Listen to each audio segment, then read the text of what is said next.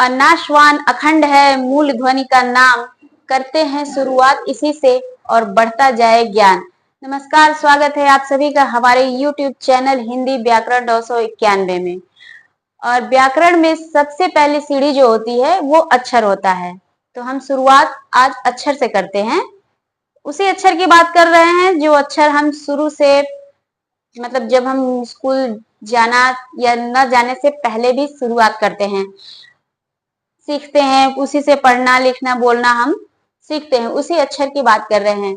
व्याकरण में अक्षर का काफी महत्व है। क्योंकि जब हम रस, अलंकार, संधि, समास, विग्रह या उसको संधि करना जब सीखेंगे, गढ़ पढ़ेंगे, तो अक्षरों की बहुत जरूरत होती है, इसलिए अक्षर को समझना बहुत जरूरी हो।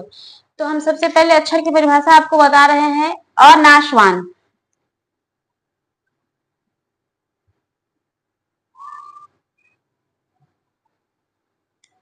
अनाशवान अखंड है। हम जो दो लाइन आपको लिख रहे हैं इसी में इसकी परिभाषा छिपी हुई है। अनाशवान अखंड है मूल ध्वनि,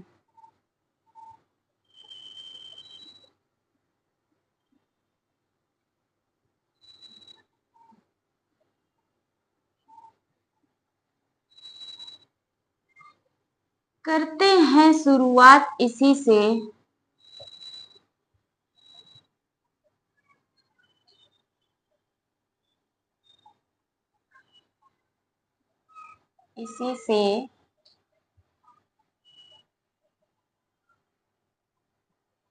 और बढ़ता जाए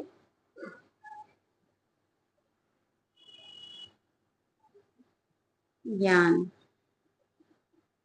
हम अपनी पहली शुरुआत अक्षर से ही करते हैं। तो ये अक्षर की परिभाषा हो गई। अर्थात अक्षर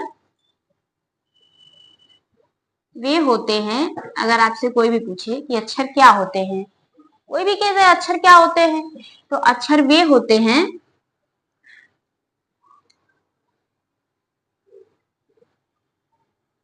जिन्हें हम खंडित नहीं कर सकते हैं।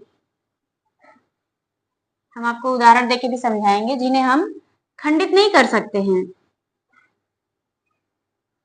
ऊपर लिखे हुए हैं, एक ही चीज बार बार क्या लिखे, अनाशवान है जो नाश नहीं हो सकता, अखंड है जिसको हम खंडित भी नहीं कर सकते हैं, और मूल ध्वनि है। मूल ध्वनि जैसे आपको लिपि जब हम पढ़ाएंगे या आप पढ़े होंगे लिपि, तो लिपि में क्या होता है कि हर भाषा की अपनी एक अलग लिपि होती है।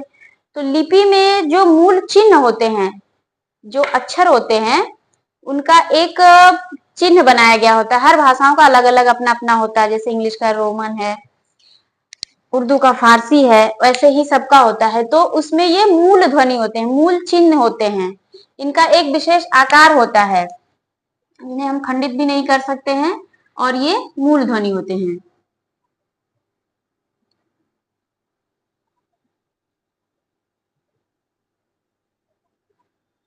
इसे हम अक्षर कहते हैं। अब बारी आती है कि अक्षर, इस अक्षर को देखिए, एक और भी इसका नाम है वर्ण। हम इसे वर्ण या अक्षर दोनों ही कहते हैं।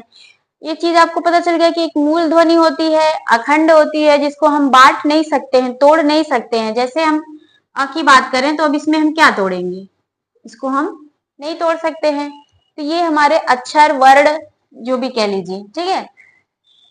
अब बारी आती है कि अक्षर कितने प्रकार के होते हैं। हिंदी में अक्षर दो प्रकार के होते हैं। कौन कौन से होते हैं? पहला होता है स्वर। आपको हम दिखाते हैं अक्षर, अक्षर दो, स्वर और व्यंजन। ठीक है, स्वर और व्यंजन। अभी हम इस वीडियोस में आपको स्वर पढ़ाते हैं, स्वर क्या होते हैं और कितने प्रकार के होते हैं। आगे के वीडियो में हम पढ़ाएंगे आपको व्यंजन, व्यंजन किसे कहते हैं और कितने प्रकार के होते हैं। बहुत आसानी से समझाने की कोशिश कर रहे हैं कि आपको समझ में आ जाए। स्वर देखिए, वे वर्ण या अक्षर होते हैं जो किसी की सहायता के बिना ही बोले जाते हैं। उसका उच्चारण जो हम करते हैं वो उसमें किसी की सहायता नहीं लेते हैं, अर्थात कि वो स्वतंत्र होते हैं। अक्षर जो होते हैं ये क्या होते हैं, ये स्वतंत्र होते हैं, आश्रित नहीं होते हैं किसी के ऊपर। उसे हम स्वर कहते हैं। व्यंजन क्या होते हैं, वो स्वर पे निर्भर होते हैं, मतलब बिना स्वर की सहायता से हम किसी भी व्यंजन का उच्चारण नहीं कर पाते हैं। जैसे हम उदाहरण के लिए आपको लिखते हैं क या ख, तो ये क्या है, ये पूरा नहीं है, इसमें स्वर मिला हुआ है। जब हम संधि आपको पढ़ाएंगे तो उसमें हम समझाएंगे कि कैसे उसका विग्रह और कैसे उसका विच्छेद करते हैं, तो किन शब्दों में कैसे स्वर और व्यंजन मिला होता है। तो क जो है, जैसे क पूरा नहीं है, इस क को हम इसमें क, ये आधा क होता है और प्लस अ, ये दोनों मिलके तब बनता है पूरा क। ठीक है, अब ख भी हमें बनाना है, तो ये देखिए, जब अ निकल जाएगा इसमें से तो ये ख आधा हो जाता है, और जब अ मिलेगा तो ये बनेगा ख। आप उच्चारण भी करके देखिए तो ख में अ मिला हुआ है, क में अ मिला हुआ है, और ये जो हलंत है, जो आधा, हलंत का मतलब होता है आधा संस्कृत में या हिंदी में, तो इस क का उदाहरण हम पूरा क नहीं करेंगे, क मतलब इसमें हम अ नहीं मिला रहता है। तो जो क और ख में ये अ मिला हुआ है, तो अ क्या है, लेकिन अ में कुछ नहीं मिला है, तो अ जो हमारा स्वर है वो स्वतंत्र है, लेकिन व्यंजन हमारे स्वतंत्र नहीं होते हैं। तो स्वर की परिभाषा आपको समझ में आ गई। ये वे वर्ण या अक्षर होते हैं जो बिना किसी की सहायता के उच्चारण किए जाते हैं। अब हम आपको बताते हैं स्वर कितने प्रकार के होते हैं। स्वर हमारे 3 होते हैं।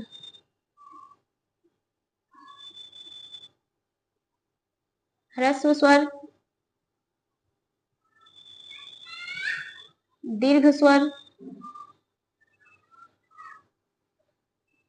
और प्लुत स्वर। देखिए, ह्रस्व स्वर को हम एक मात्रिक स्वर भी कहते हैं,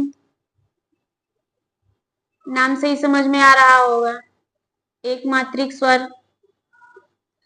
दीर्घ स्वर को हम द्विमात्रिक स्वर कहते हैं,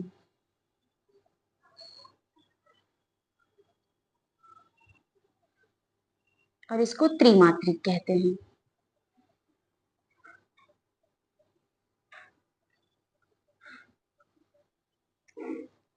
ह्रस्व, दीर्घ और स्वर, ये एक मात्रिक क्योंकि इसके उच्चारण में कम समय लगता है।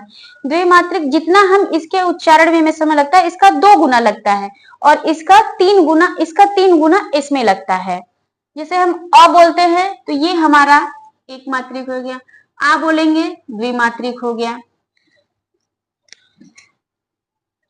प्लुत में अभी तक ओम को ही पढ़ाया हमने ओम। तो ह्रस्व जो होता है, छोटा स्वर भी कहते हैं इसको, बड़ा स्वर भी कहते हैं।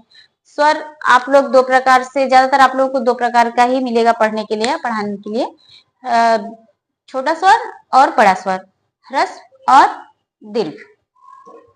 तो आशा करते हैं कि आपको स्वर समझ में आ गया होगा। और लिपि की बात किए हैं हम, तो हिंदी पढ़ रहे हैं, आप हमें कमेंट करके बताएंगे कि हिंदी की लिपि क्या है।